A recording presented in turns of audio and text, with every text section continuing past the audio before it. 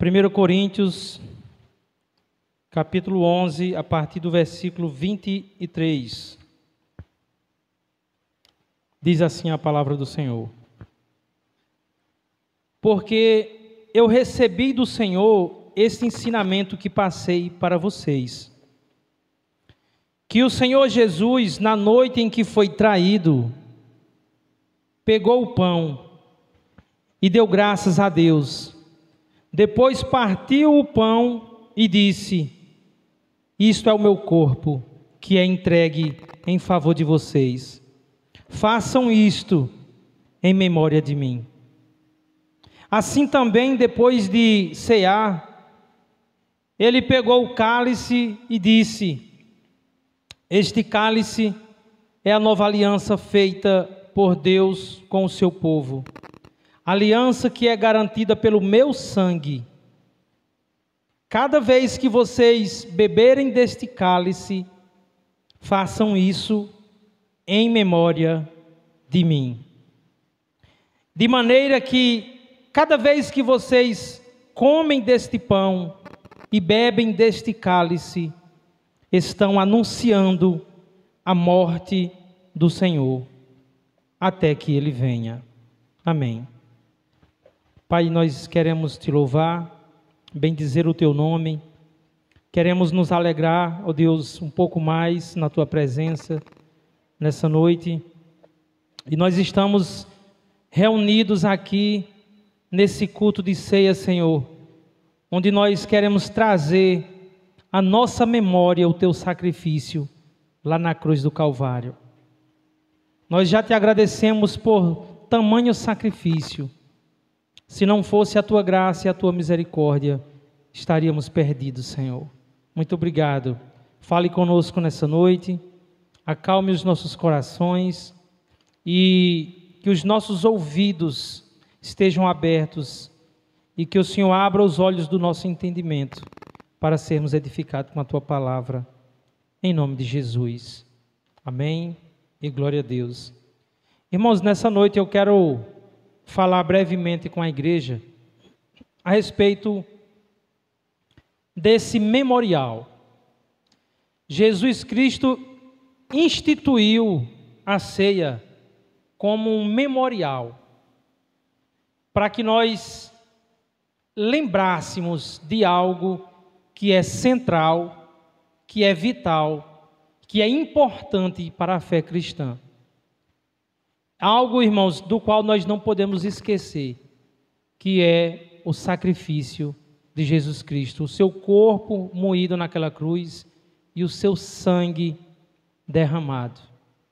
É isso que significa um memorial. É um momento onde nós podemos refletir, trazer à nossa memória aquilo que é mais importante na mensagem do Evangelho. Aliás, é a mensagem: Cristo morreu por nós. Eu queria trazer um exemplo do nosso cotidiano bem simples, para que a nossa memória seja ensinada, para que a gente venha refletir sobre o significado de memorial.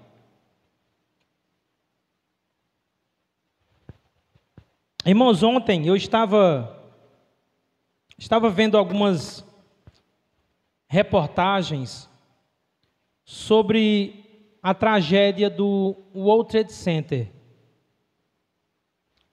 No dia 11 de setembro de 2001, aconteceu o maior atentado terrorista da história dos Estados Unidos. Foi algo que aconteceu e que chocou o mundo. Chamou a atenção de todos os jornais, as televisões, as mídias. Se ocuparam em transmitir essa mensagem ao tempo que as pessoas que estavam distantes recebendo aquelas notícias se compadecia e sofria junto com os Estados Unidos aquele acontecimento trágico. E o que acontece, para quem talvez não conheça, é que 2 grandes prédios de 110 andares. Eu estava pensando sobre o tamanho desses prédios. A gente às vezes vai aqui na capital de Pernambuco e a gente vê um prédio de 30 andares e a gente olha para cima assim e a gente acha muito grande. Imagine um prédio de 110 andares. Eram conhecidos como as Torres Gêmeas, porque eram 2 prédios construídos próximo um do outro, do mesmo modelo, né? E no mesmo lugar, aí nos Estados Unidos. E de propósito, os terroristas sequestraram 2 aviões, na verdade foram 4, mas 2 aviões foram guiados de propósito para bater nesses prédios, cheios de pessoas, e derrubar aqueles prédios. E nessa tragédia, irmãos, morreram cerca de 3.000 pessoas.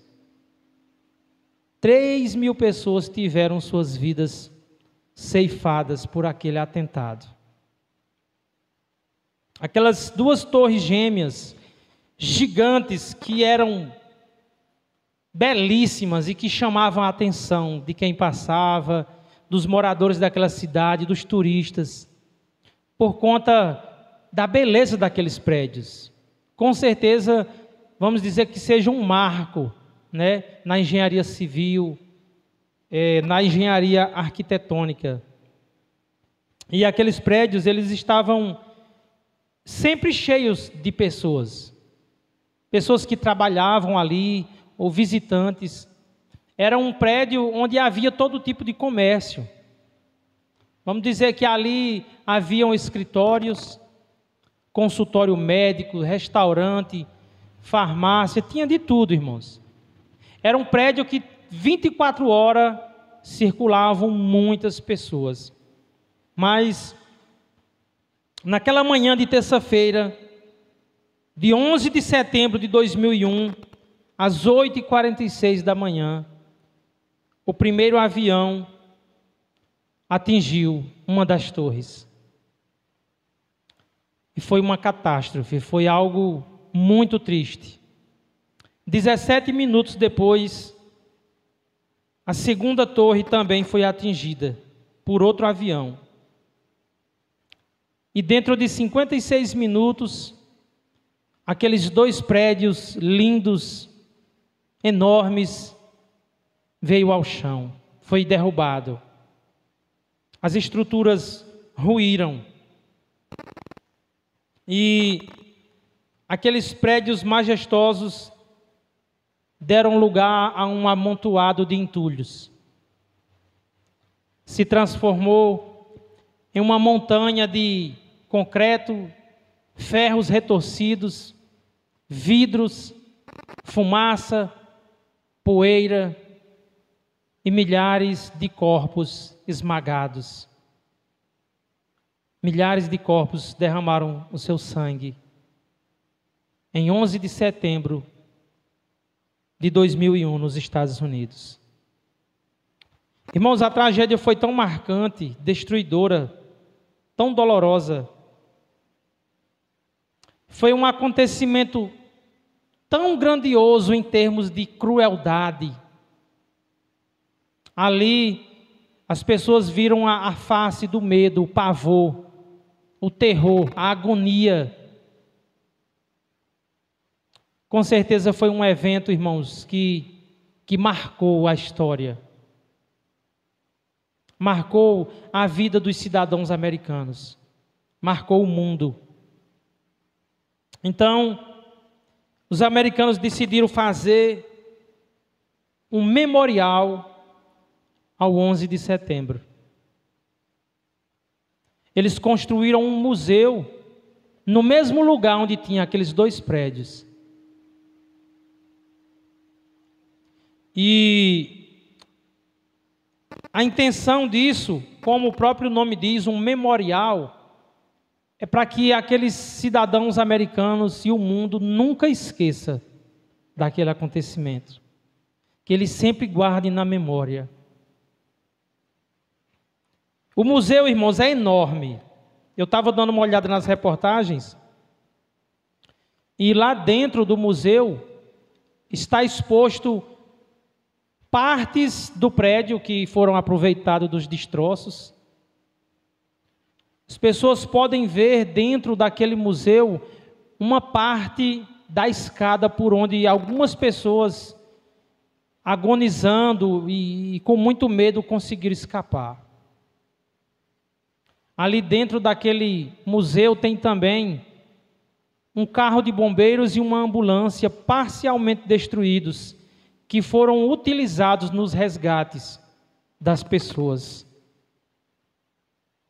E tem uma ala desse museu onde tem milhares de fotos das vítimas, as pessoas que perderam suas vidas, inclusive imagens, fotos de 343 bombeiros que perderam suas vidas em serviço, lutando contra as chamas do incêndio, salvando pessoas, e 343 bombeiros que estavam em serviços morreram. Quem vai nesse museu tem acesso a ver essas imagens. E, na verdade, tudo foi preparado para garantir que as pessoas se lembrem, não esqueçam, que quando elas entrarem naquele lugar, elas sejam impactadas com aquele acontecimento. E o museu tem também, irmãos, uma ala onde as pessoas podem assistir vídeos daquela tragédia. Imagens de câmeras de segurança, de celulares, cinegrafistas amadores, imagem dos jornais, imagens nítidas dos aviões batendo naquelas torres, imagens do desespero daquelas pessoas correndo nas ruas. Foi algo marcante.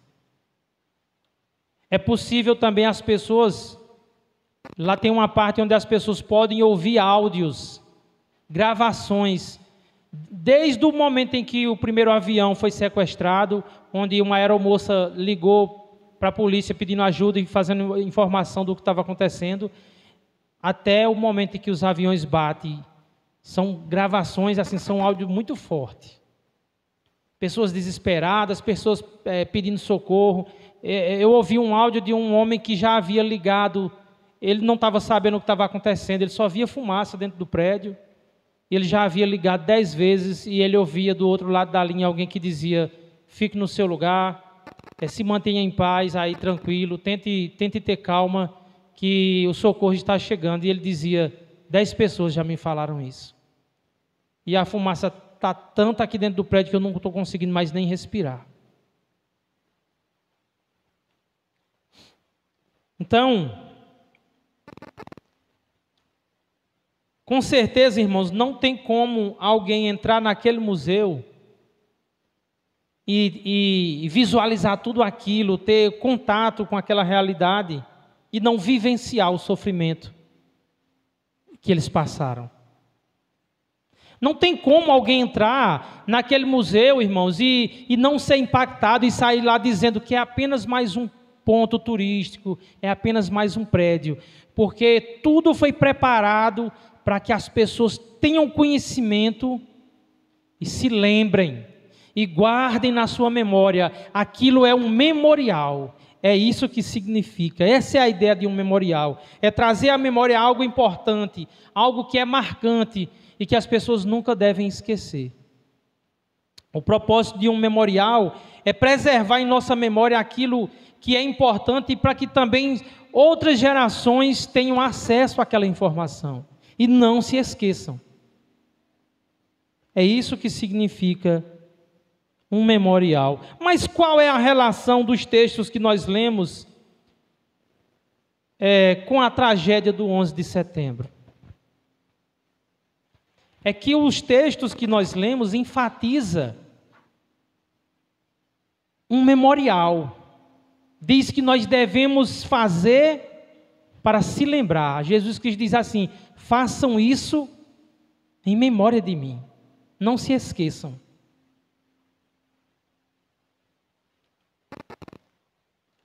Eu tenho certeza, irmãos, que os americanos e o mundo nunca esquecerão daquela terça-feira. A história será preservada e contada de geração a geração. E a Santa Ceia do Senhor foi instituída pelo próprio Jesus Cristo, a fim de que nós nunca, jamais esqueçamos da sua morte. Jamais esqueçamos do seu sacrifício lá na cruz do Calvário. E de tudo que o Senhor Jesus Cristo fez, de tudo que Ele pregou, de tudo que Ele ensinou, até mesmo dos sinais miraculosos, dos milagres, das curas, de tudo que o Senhor fez, há algo importante que Ele quer que nós venhamos guardar na nossa memória: a sua morte na cruz do Calvário. A sua morte, irmãos, deve ser lembrada. A morte de Jesus Cristo deve ser celebrada, anunciada ao mundo. É isso que nós fazemos nessa noite, esse memorial. Nós estamos anunciando a morte do Senhor até que Ele venha. E, irmãos, a morte de Jesus Cristo na cruz é o assunto que norteia a nossa fé, a nossa teologia, as nossas pregações, o evangelismo e a nossa vida prática. No centro do cristianismo há uma mensagem que não pode ser esquecida: a morte do nosso Senhor Jesus Cristo na cruz do Calvário. Então Ele tomou o pão, deu graças e o partiu e deu aos seus discípulos, dizendo: tomai, comei, este é o meu corpo, que é entregue em favor de vocês. Façam isso em memória de mim. Ou seja, quando vocês comerem do pão, quando vocês partirem esse pão, lembrem-se que o meu corpo foi partido em favor de vocês. Toda vez que vocês comerem desse pão, tragam à memória o meu corpo moído, o meu corpo surrado, o meu corpo traspassado naquela cruz. É isso que Jesus Cristo está dizendo. É isso que eu quero que vocês se lembrem. Então Jesus depois pegou o cálice e disse: este cálice é a nova aliança no meu sangue. Façam isso em memória de mim. Quando vocês beberem o cálice, eu quero que vocês se lembrem do meu sangue sendo derramado em favor de vocês. Quando vocês se reunirem para celebrar esse memorial, lembrem-se do meu corpo partido. Lembrem-se do meu sangue jorrando naquela cruz. Porque, interessante, irmãos, que Jesus Cristo instituiu a ceia pouco tempo antes de morrer. E o que alguém tem para falar quando está próximo de morrer? Isso foi o que Jesus Cristo disse que era importante. Eu quero que vocês se lembrem do meu corpo partido, moído. Eu quero que vocês se lembrem do meu sangue derramado. Então, de tudo o que Jesus fez, o que é mais importante, a ponto de Ele mesmo instituir um memorial, é a sua morte na cruz. Seu corpo partido e o seu sangue derramado. Ou seja, a mensagem central do cristianismo é o Cristo crucificado. Essa é a nossa mensagem. Paulo disse em 1 Coríntios, capítulo 2, versículo 2: porque eu decidi nada saber entre vós, a não ser Cristo e este crucificado. E 1 Coríntios 1, 22, ele diz: os judeus pedem sinais miraculosos e os gregos procuram sabedoria. Nós, porém, pregamos a Cristo crucificado, o qual de fato é escândalo para os judeus e loucura para os gentios. E nós sabemos, irmãos, que em nossos dias, muitos cristãos têm como o que é importante, o que eles enfatizam, não é o Cristo crucificado.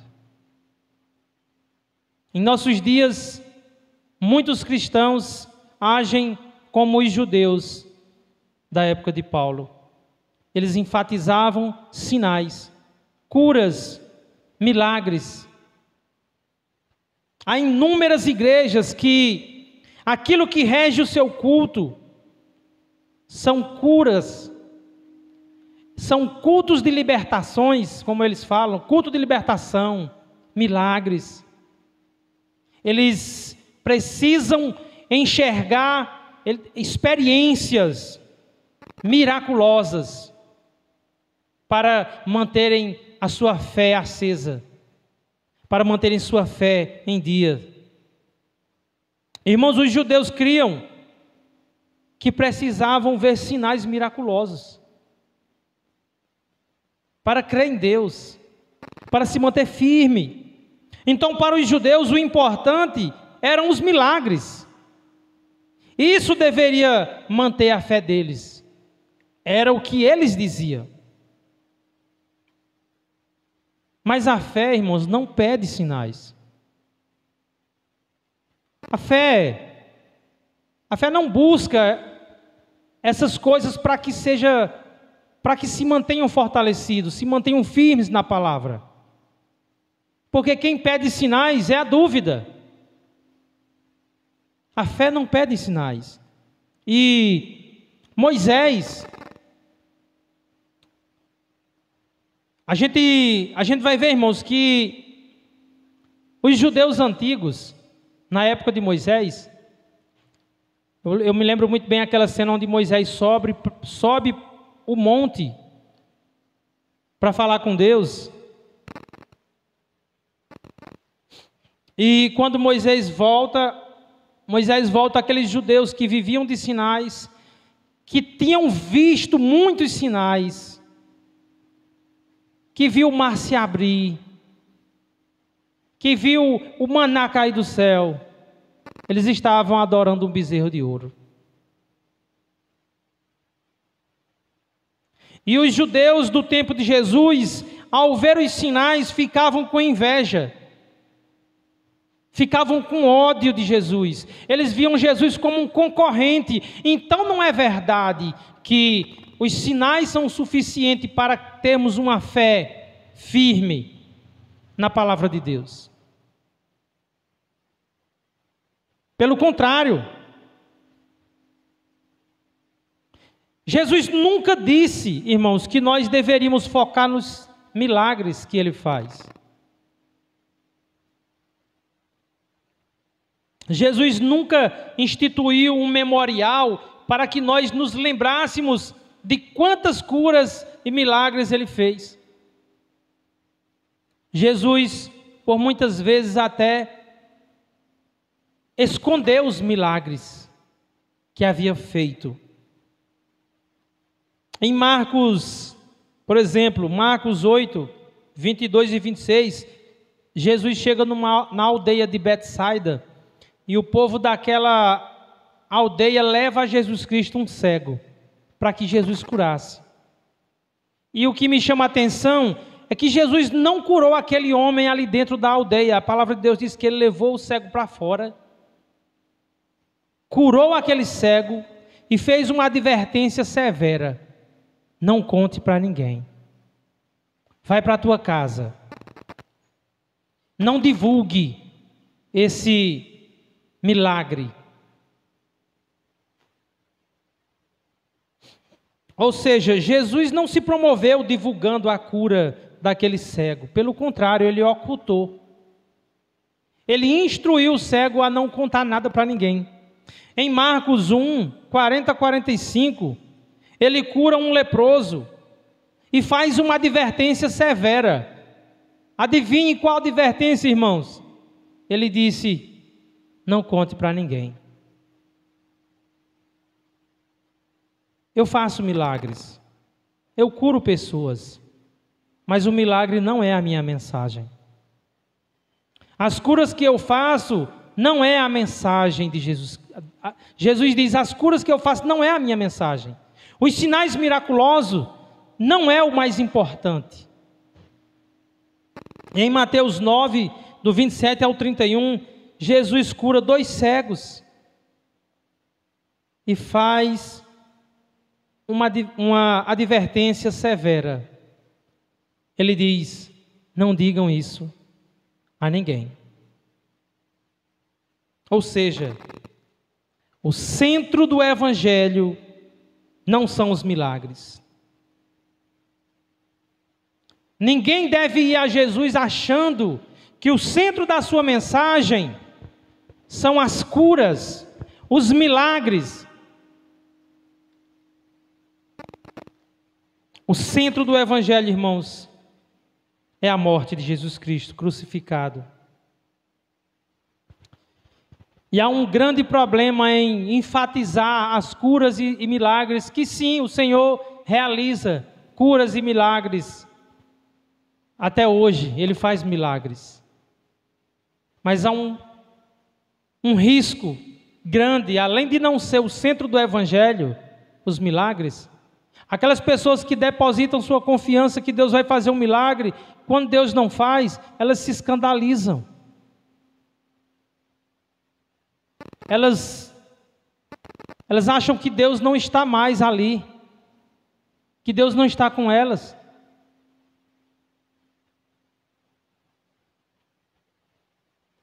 Mas infelizmente muitas pessoas buscam apenas aquilo que Jesus pode dar para essa vida.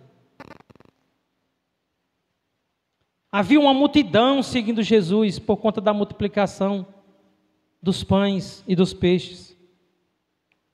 Mas Jesus repudia pessoas que não entendem a mensagem da cruz. Pessoas que se escandalizam com a cruz. Jesus não se preocupa em angariar multidões que andam atrás dele, mas não entendem a mensagem. E tudo o que um pecador sem Deus pode fazer é buscar Jesus pelo pão, pela cura, pelo milagre. O que há de mais nisso? O que há que importância tem uma fé que tem Jesus como um curandeiro ou como um mordomo que está sempre pronto a lhe servir apenas? Não são essas pessoas que Jesus chama. E ninguém precisa ser um cristão verdadeiro para querer as coisas que Deus pode dar.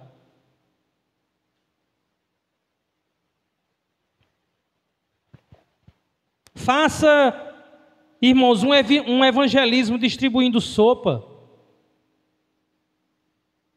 Que as pessoas vão fazer uma fila para receber. É o mesmo que compararmos àquela multidão que seguia Jesus por causa dos pães.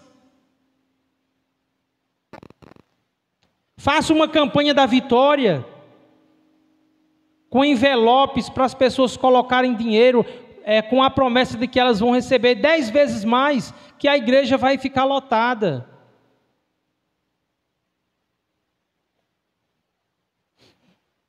Mas a mensagem do Cristo crucificado é o que realmente importa. O que importa, irmãos, é lembrarmos, olha, Jesus Cristo instituiu a ceia porque nós somos pessoas que somos propensas a esquecer. Nós esquecemos todos os dias. Possivelmente a maioria de vocês aqui, possivelmente, depois que sair desse culto, vai esquecer o que foi pregado. E o resto da semana vocês não vão lembrar. E vocês não vão trazer a memória de vocês o que foi pregado, nem vai tentar ajustar a vida de vocês a isso. Nós somos propensos ao esquecimento. Jesus Cristo disse: o que eu quero que vocês se lembrem, se vocês se lembrarem e entenderem o que é a cruz, se vocês entenderem por que eu tive que morrer, por que o meu corpo foi partido e o meu sangue foi derramado, vocês então podem ter uma fé firme e verdadeira.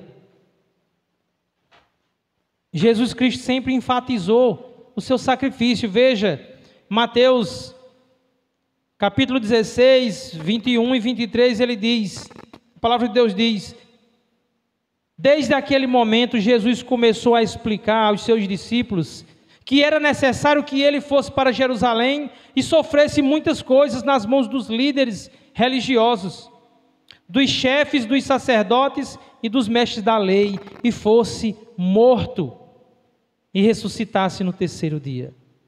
Então Pedro, chamando-o à parte, começou a repreendê-lo: nunca, Senhor, isso nunca te acontecerá. Jesus virou-se e disse a Pedro: para trás de mim, Satanás, você é uma pedra de tropeço para mim, e não pensa nas coisas de Deus, mas nas dos homens. Então Pedro estava com um olhar humanista acerca da mensagem da cruz. Pedro naquele momento não entendia, estava escandalizado que o Senhor dele ia morrer, mas se Cristo não morre, não haveria salvação para Pedro, não haveria salvação para nós, não haveria salvação para ninguém. Irmãos, Jesus não tem parte com essas pessoas que enfatizam apenas aquilo que Ele pode dar, apenas o bem-estar nesse mundo. Do que adianta o homem ganhar o mundo inteiro e perder a sua alma? E não há problema algum em apresentar as nossas necessidades, porque pode ser que alguém ouvindo uma mensagem dessa diga assim: ah, então eu não posso orar a Deus pela minha cura? Eu não posso orar a Deus por uma porta de emprego? Eu não posso orar a Deus que atenda a minha necessidade? E você não só pode, como você deve. O que nós não devemos é achar que Jesus não passa de um mordomo, que Jesus está aqui apenas para realizar os nossos sonhos e cuidar das nossas necessidades básicas. É uma blasfêmia reduzir o Evangelho a uma cura, a um milagre. Então o problema é quando consideramos a mensagem da cruz como uma pedra de tropeço, ou às vezes falar da cruz sem nenhum significado, esvaziar a cruz. Muitas pessoas mencionam a cruz, mas não sabem o significado dela. Esvaziaram a cruz.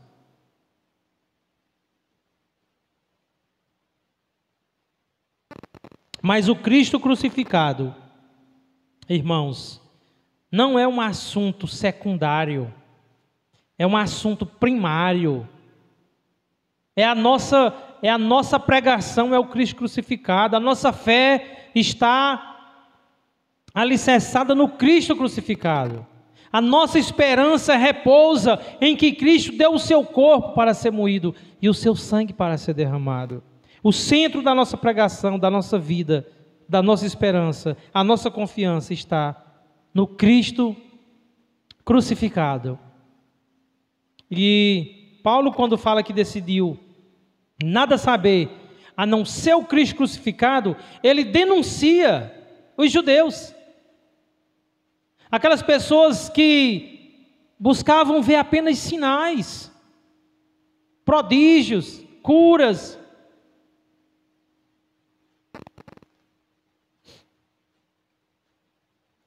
E Paulo diz que para essas pessoas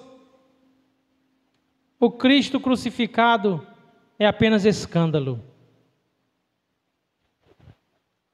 Cristo não tem proveito. para essas pessoas. Mas Paulo fala também no mesmo texto dos gregos que buscam sabedoria humana. E Paulo diz que para estes o Cristo crucificado é loucura. São pessoas que buscam na sabedoria humana respostas para os seus dilemas sociais no mundo.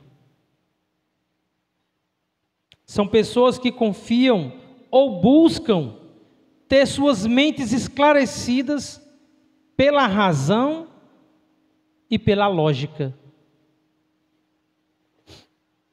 E acham que terão uma fonte de água viva nas ideias humanas. Na psicologia, na filosofia, em Epicuro, Platão, Aristóteles. Ou seja, seres caídos e mortos em pecados e delitos. E, irmãos, é claro que a fé também enfatiza a razão e a lógica no conhecimento das Escrituras. Mas a sabedoria humana não tem as respostas que precisamos. Pobre de quem se gloria em sabedoria humana, porque Deus tem uma contenda, Deus tem uma rixa com a sabedoria humana. Veja o que Paulo diz em 1 Coríntios, capítulo 1, 19, ele diz: pois está escrito, destruirei a sabedoria dos sábios e rejeitarei a inteligência dos inteligentes. Olha que frase, destruirei a sabedoria dos sábios. Irmãos, isso é uma linguagem de guerra, onde Deus diz: eu vou agir, eu vou destruir a sabedoria humana. E, lógico, não é que Deus queira que nós sejamos pessoas burras, alienadas, mas é que a nossa sabedoria não se compara com a sabedoria de Deus. Na verdade, toda e qualquer sabedoria útil que nós possamos ter é dada por Deus. Mas a sabedoria meramente humana não faz com que o homem conheça a Deus, não vai dar ao homem as respostas para os seus dilemas, para as suas necessidades. Então, 1 Coríntios 1, 21, ele diz: visto que na sabedoria de Deus, o mundo não o conheceu por meio da sabedoria humana. Ou seja, Deus não foi conhecido, Deus não se dá a conhecer por meio da sabedoria humana. Agradou a Deus salvar aqueles que creem por meio da loucura da pregação. Ou seja, ninguém jamais irá conhecer a Deus por meio da sabedoria humana. Epicuro, irmãos, foi um homem que viveu séculos antes de Jesus Cristo. E ele, cheio de empáfia, ele se estribando na sabedoria humana, ele dizia: se Deus é onipotente, então ele tem poder para acabar com o mal no mundo. Veja, parece um discurso de um teísta, alguém que até acredita na existência de um Deus. Ele diz: se Deus é onipotente, Ele tem poder para acabar com o mal neste mundo. Se Deus é bom, naturalmente Ele quer que o mal seja exterminado. Mas aí ele diz: mas a realidade é que o mal existe. Então Deus não é onipotente. Se Deus tem poder para acabar com o mal, se Ele é bom e não acaba com o mal, então ou Ele não é onipotente, ou Ele não é bom. Então esse homem, com a sabedoria humana, ele não conseguiu entender nada sobre Deus. Ele não viu o Deus das Escrituras.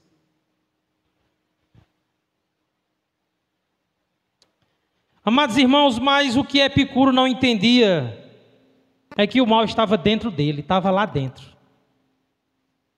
do seu coração. O mal brota do coração de todos os seres humanos. O mal habita no coração de pessoas que sequestram aviões e lança esses aviões e mata milhares de pessoas em um prédio.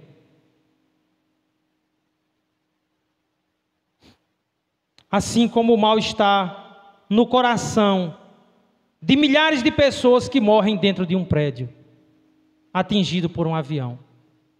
O mal está lá. Porque, irmãos, por que milhares de pessoas morrem todos os dias? Por que esse mal nos atinge?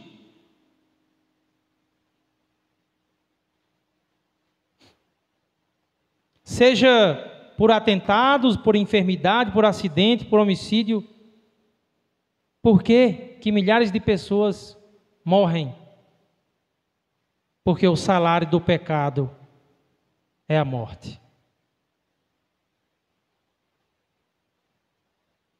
O mal está dentro dos homens e se chama pecado. O coração humano é caído desde o seu nascimento. São cheios de toda sorte de corrupção. A palavra de Deus diz em Romanos 1, a partir do versículo 29, escancarando aqui um diagnóstico do coração humano. Tornaram-se cheios de toda sorte de injustiça, maldade, ganância e depravação. Estão cheios de inveja, homicídio, rivalidades, engano e malícia. São bisbilhoteiros, caluniadores, inimigos de Deus, insolentes, arrogantes e presunçosos. Inventam maneiras de praticar o mal. Desobedecem aos seus pais. São insensatos, desleais, sem amor pela família, implacáveis. Embora conheçam o justo decreto de Deus, de que as pessoas que praticam tais coisas merecem a morte, não somente continuam a praticá-las, mas também aprovam aqueles que as praticam. Essa é a descrição de todos os homens, sem exceção. Desde Adão até que venha o fim deste mundo, todos os homens são maus. O mal está lá dentro do homem. E os sinais, os milagres ou a sabedoria humana não podem restaurar o coração de um único pecador. De nenhum deles. Quem confia em sinais vai tropeçar na cruz de Cristo. Vai se escandalizar. Quem confia em sabedoria humana vai ficar louco. Vai tropeçar na cruz. Vai considerar loucura a mensagem da cruz. Paulo diz em 1 Coríntios 2, a partir do versículo 1, meus irmãos, quando fui anunciar a vocês a verdade secreta de Deus, eu não usei muitas palavras, nem grande sabedoria, porque quando estive com vocês, resolvi esquecer tudo a não ser Jesus Cristo e principalmente a sua morte na cruz. Quando visitei vocês, eu estava fraco e tremia de medo. O meu ensinamento e a minha mensagem não foram dados com linguagem da sabedoria humana, mas com provas firmes do poder do Espírito de Deus. Portanto, a fé de vocês, a fé que vocês têm, não se baseia na sabedoria humana, mas no poder de Deus. Irmãos, somente a fé no Cristo crucificado pode nos apresentar inculpáveis diante de Deus. Pode nos apresentar limpos dos nossos pecados. O Cristo crucificado mostra, irmãos, o quão miseráveis e pecadores e maus nós somos. a ponto de somente o sangue de um Deus, somente o sangue santo de um Deus poder lavar e purificar os nossos pecados.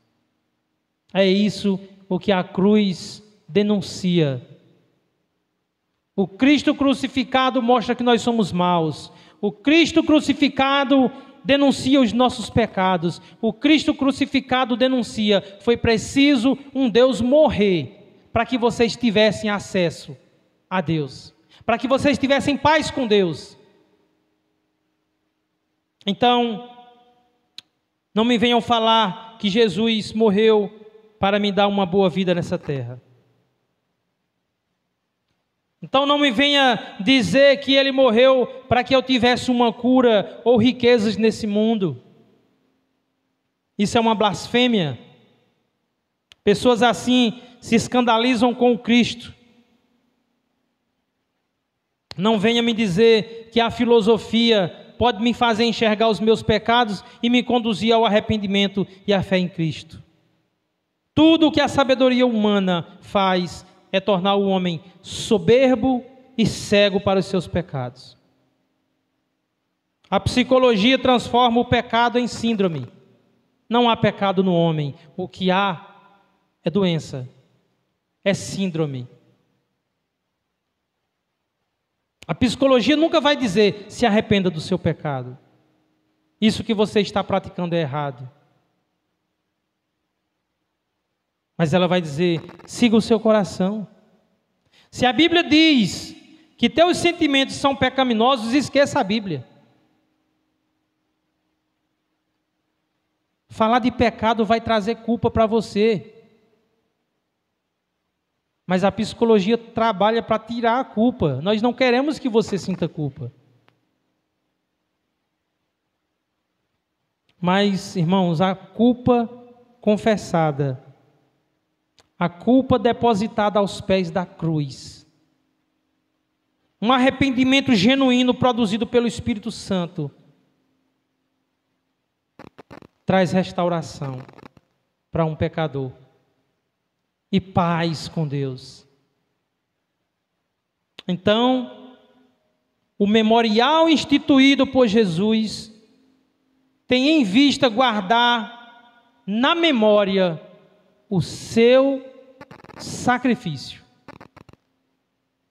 O que Jesus diz é que quando nos unirmos para celebrar a ceia, nos lembremos dos acontecimentos daquela sexta-feira. Devemos estar constantemente de frente para a cruz de Cristo.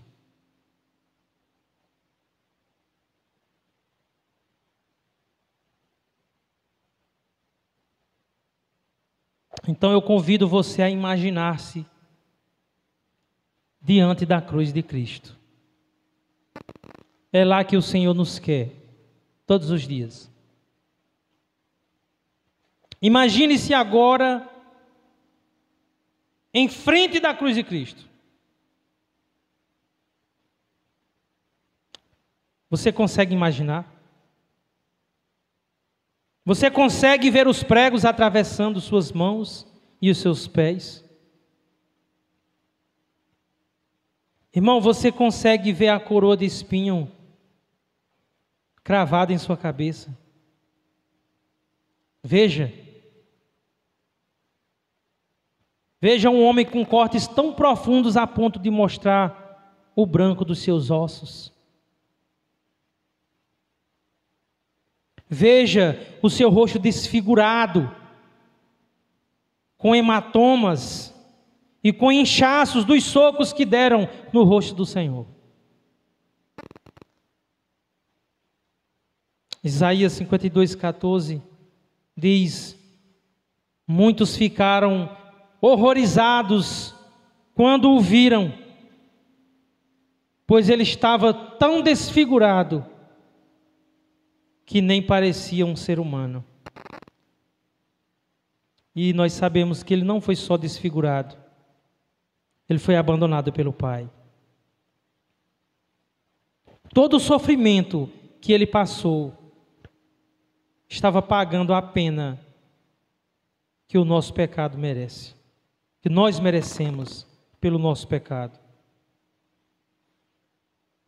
Então Jesus Cristo sofreu para comprar com seu sangue a vida eterna para nós. Com o seu sangue Ele comprou para nós um coração que ame a Deus. Porque o coração de Adão em nós odeia a Deus.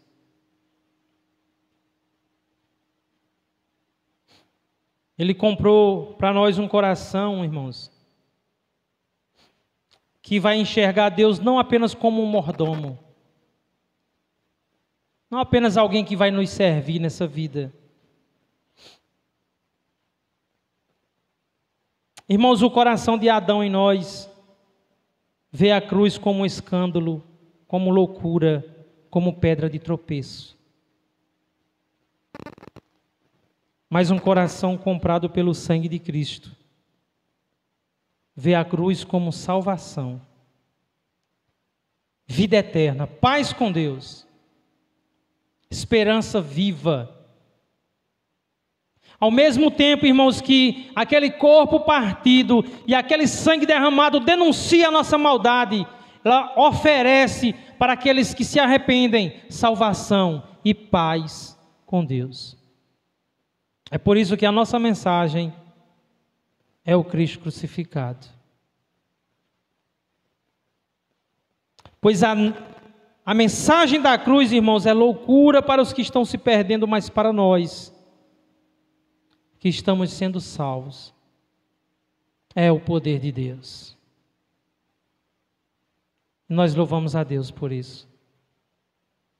Nós devemos lembrar, irmãos, hoje nós estamos celebrando a ceia do Senhor,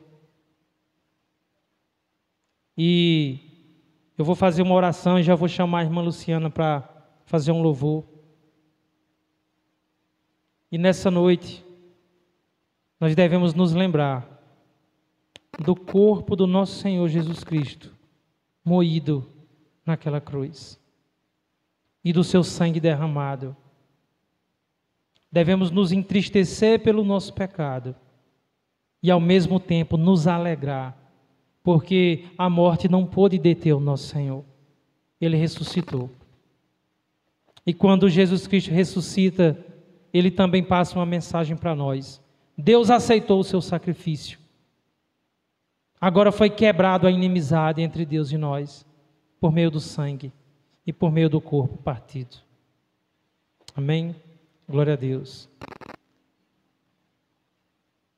Pai, nós queremos louvar ao Senhor, agradecer, meu Deus, pela Tua graça, pela Tua misericórdia, pela Tua bondade, pelo Teu amor. Nós que vivíamos em situação de inimizade contra o Senhor.